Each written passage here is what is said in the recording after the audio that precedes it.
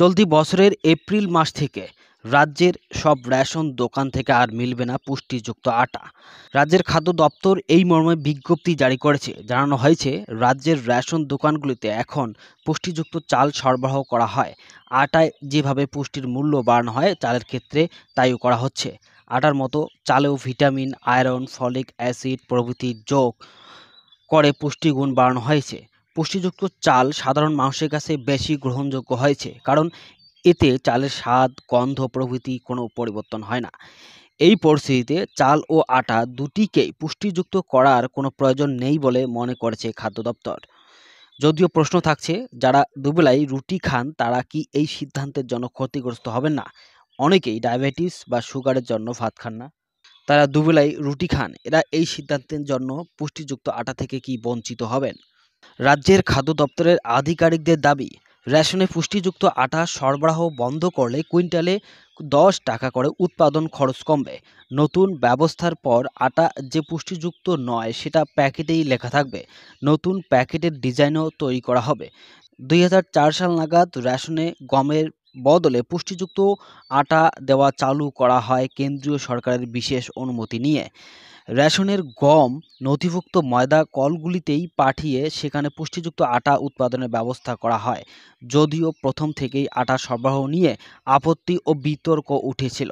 Ration ডিলারদের একটি সংগঠন কলকাতা হাইকোর্টে তা নিয়ে মামলাও করে। এই মামলার জেরে বিধিবদ্ধ রেশন এলাকায় গম পাওয়ার ব্যবস্থা চালু করা হয়। আটা দেওয়া হলে তা নিম্নমানের ও তাড়াতাড়ি নষ্ট হয়ে যাবে, এই আশঙ্কা করেছিলেন রেশন ডিলাররা।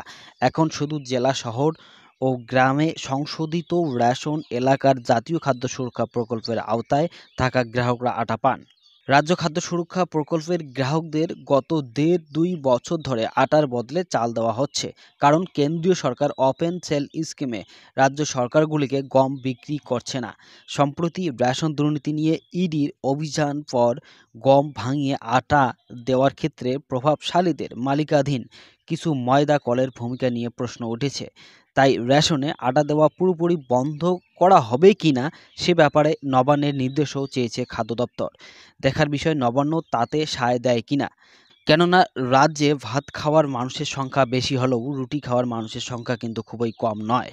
রেশনে পুরোপুরি আটা দেওয়া বন্ধ করে দেওয়া হলে তারা ক্ষুব্ধ ও বঞ্চিত হবেন।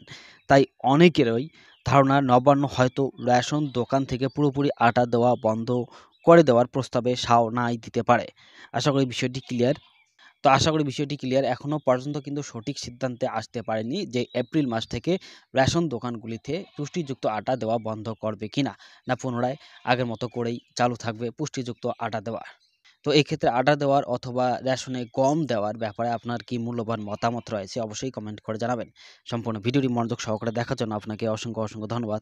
ভালো থাকবেন, সুস্থ থাকবেন। আবার দেখা হবে নতুন কোনো একটা ভিডিও নিয়ে। ধন্যবাদ।